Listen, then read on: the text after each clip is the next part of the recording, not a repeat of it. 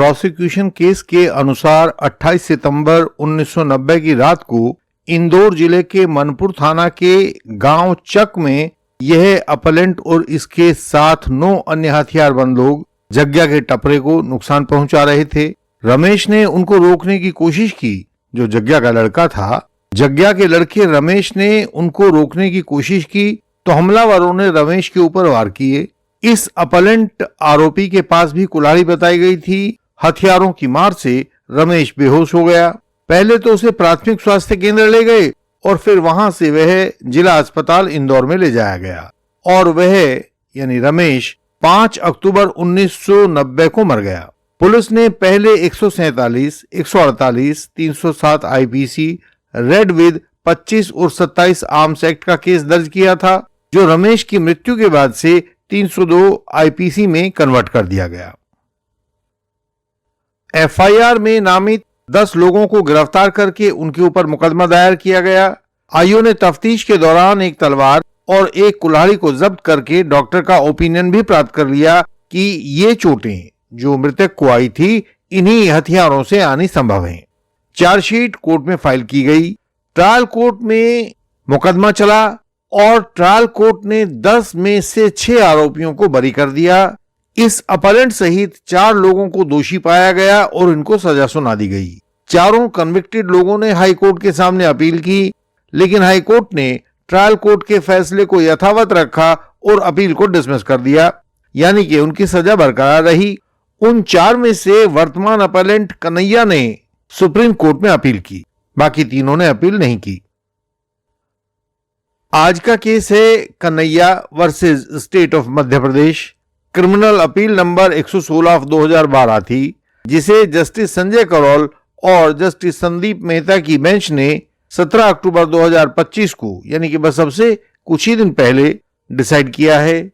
इस केस में आरोपियों का भाग्य देखिए कि सुप्रीम कोर्ट के सामने अपील फाइल होने के बाद भी इस केस को इसका जजमेंट प्राप्त करने में 13 साल लग गए और घटना के 35 वर्षों के बाद इन आरोपियों को न्याय मिल पाया। कितनी लंबी लड़ाई इन लोगों ने लड़ी थी और यह आपके और मेरे सोचने का विषय है कि क्या 35 साल की इस लंबी लड़ाई के बाद ये आरोपी वही बच गए होंगे जिनके ऊपर आरोप लगकर केस शुरू किया गया था, जिनके खिलाफ एफआईआर दर्ज हुई थी, या ये केवल उन आरोपियों के अवशेष मात्र थे। खैर, निर्णय के कानूनी बिंदुओं को सीखने के लिए निर्णय पर वापस लौटते हैं। इस पूरे केस में यह विवादित नहीं था कि दोनों पक्ष एक दूसरे के राजनीतिक रूप से विरोधी लोग थे। एक पक्ष कांग्रेस पार्टी को सपोर्ट करता था और दूसरा भारतीय जनता पार्टी का सपोर्टर था। यहां सुप्रीम कोर्ट ने अपने पुराने निर्णय Vedivelu Thevar versus state of Madras AIR 1957 supreme court 614 का हवाला देते हुए कहा कि कोर्ट्स को गवाहों की संख्या की बजाय उसकी क्वालिटी पर ध्यान टिकाना होगा। जहां गवाह 3 तरह के दिखाई पड़ते हैं, यानी कि कोर्ट के सामने जो भी गवाह आते हैं वे 3 तरह के दिखाई पड़ते हैं। पहला, होली रिलायबल, जिनके ऊपर पूरी तरह से यकीन किया जा सकता है। दूसरा, होली अनरिलायबल, जिनके ऊपर पूरी तरह से यकीन नहीं हो पाता है। और तीसरे, नाइदर होली रिलायबल नोर होली अनरिलायबल, जो ना पूरी तरह से विश्वसनीय है और ना पूरी तरह से अविश्वसनीय है। यदि गवाह पूरी तरह से विश्वसनीय हो तो केवल एक गवाह की गवाही से भी कन्विक्शन किया जा सकता है और गवाहों का यह वर्गीकरण आज तक भी कोर्ट्स में खूब किया जाने लगा है।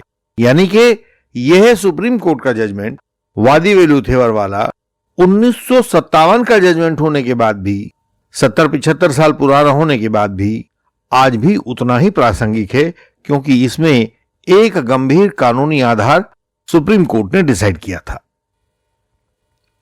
इस केस में मृतक के पिता गोबरिया ने, जो इस केस का PW2 भी था, उसने चश्मदीद गवाह के रूप में एफआईआर दर्ज करवाई थी, लेकिन कोर्ट में सुनवाई के दौरान उसकी गवाही को प्रोसिक्यूशन ने बदला हुआ पाया और उस गवाह को, जो मृतक का पिता था, होस्टाइल घोषित कर दिया।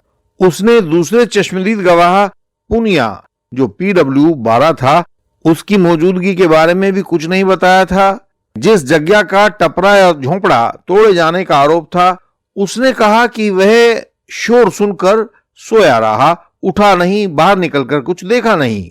लेकिन जो दूसरा चश्मदीद गवाह था पूनिया PW बारा, और वह जग्गा का लड़का ही था, उसने बताया कि शोर सुनकर वह गोप्या के खेत की तरफ भागा जहां झगड़ा हो रहा था। यानी कि इसने एक बिल्कुल नई बात कही। गोबरिया ने कहा था कि झगड़ा जग्गा के टपरा पर हो रहा था और उसने कहा कि नहीं, वह जग्गा के टपरा पर नहीं, गोप्या के खेत पर हो रहा था। इस अपलेंट ने मृतक को हथियारों से घायल किया और इतने में दूसरे लोग भी आ गए। क्रॉस में पूनिया ने बताया कि उसका घर घटनास्थल से लगभग 100 मीटर दूर था और वहां उसको शोर सुनकर और तब वह घटनास्थल की ओर भागा था। आगे के क्रॉस में पूनिया ने बताया कि हमलावरों के जाने के बाद वह घटनास्थल पर पहुंचा, लेकिन उसने घायल को ना उठाया और ना उठाने में दूसरे लोगों की सहायता की। उसे माधो ने उठाया, जो एक अन्य चश्मदीद गवाह था PW5। आगे उसने बताया कि घटनास्थल पर वह अकेला पहुंचा था और उसके पहुंचते ही झगड़ा शुरू हो गया था, लेकिन बयान 161 में या चीफ में उसने माधो के बारे में नहीं बताया था। इस गवाह पूनिया ने घटनास्थल को भी जग्गा के टपरे से बदलकर गोप्या के खेत में कर दिया था और यह प्रोसिक्यूशन स्टोरी में कहीं नहीं लिखा था और साइट प्लान में भी नहीं दिखाया गया था कि जग्गा का टपरा और गोप्या का खेत एक ही स्थान पर थे या आपस में सटे हुए थे। उनमें किसी प्रॉक्सिमिटी की कोई बात नहीं थी।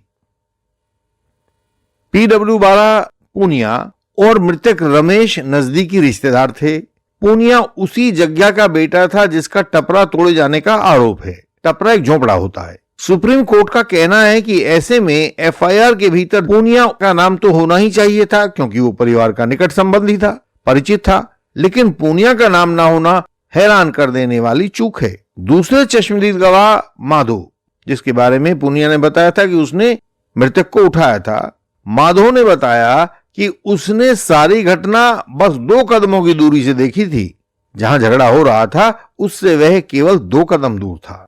माधो ने इस बात से बिल्कुल इनकार किया कि हमलावरों ने किसी तरह से भी किसी भी टपरे को नुकसान पहुंचाया हो। लड़ाई तो टपरे पर हुई ही नहीं थी, बल्कि बीड़ी को लेकर हुई थी। उसने यह भी बताया कि घटना के समय घटनास्थल पर उसके और मृतक के अलावा कोई भी अन्य व्यक्ति मौजूद नहीं था। उसने घटनास्थल को अपने घर के पास बताया और गोप्या के खेत से भी उसने इनकार कर दिया।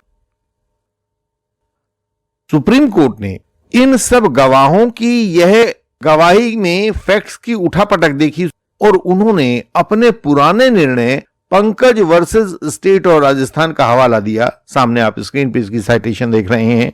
कोर्ट ने कहा, कानून का यह सिद्धांत पूरी तरह से स्थापित है कि जब किसी घटना की शुरुआत यानी उसके जेनेसिस और घटना कैसे हुई मैनर ऑफ इंसिडेंट दोनों ही संदिग्ध हों तो अक्यूज्ड पर्संस को दोषी नहीं ठहराया जा सकता, क्योंकि प्रोसिक्यूशन यह साबित ही नहीं कर सका कि किन परिस्थितियों में अपलेंट ने मृतक के ऊपर गोली चलाई थी।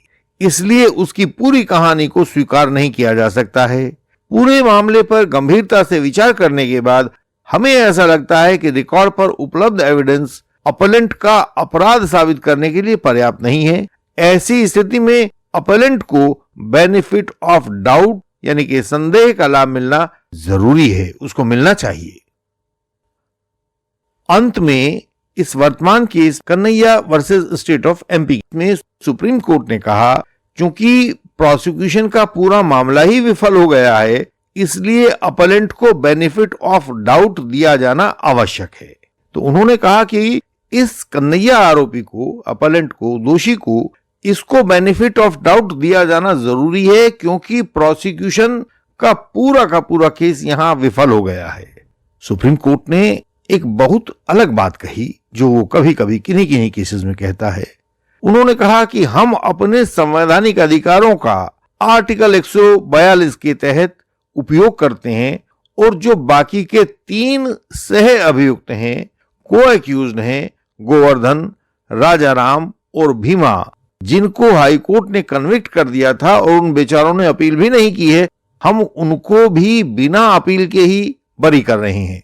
35 बरस के बाद ही सही यह प्रोसिक्यूशन स्टोरी एक सुखद अंत को प्राप्त होती है। सभी चारों आरोपी, कन्हैया जिसने अपील की थी और जिन्होंने बाकी 3 ने अपील नहीं की थी, गोवर्धन, राजाराम और भीमा, इन सब चारों आरोपियों को सुप्रीम कोर्ट के द्वारा बरी करके आजाद कर दिया गया। हम सबको गर्व होना चाहिए सुप्रीम कोर्ट के इस निर्णय पर।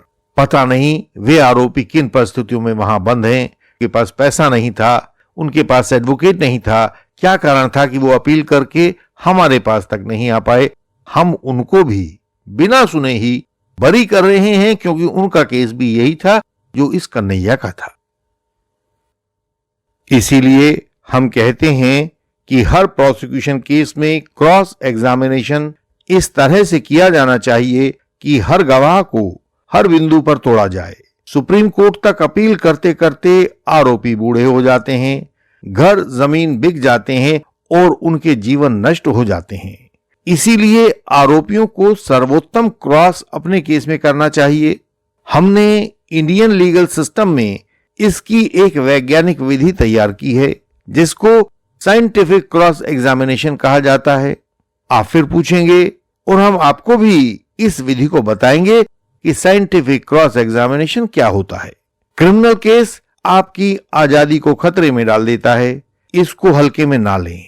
पूरी ताकत और पूरी सामर्थ्य के साथ प्रोसिक्यूशन की हर एक मेरिट को अपने ट्रायल के दौरान तोड़ दें, क्योंकि यदि जरा भी कुछ बचा रह गया तो ट्रायल कोर्ट आपको सजा कर सकता है और 35-40 साल लंबी एक यात्रा आपकी शुरू हो सकती है।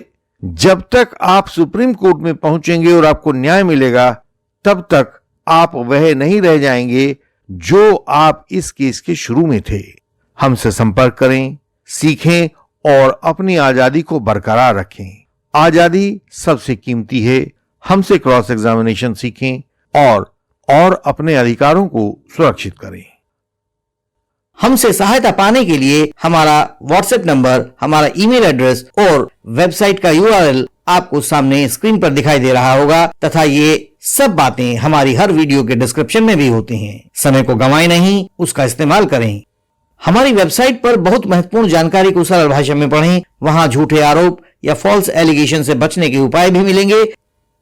इस वीडियो को लाइक करें, शेयर करें और चैनल को सब्सक्राइब करें। बेल आइकन को प्रेस करें ताकि नई वीडियोस आपसे मिस ना हो जाएं। हम आपसे अगले वीडियोस में फिर मिलेंगे। तब तक के लिए प्रणाम।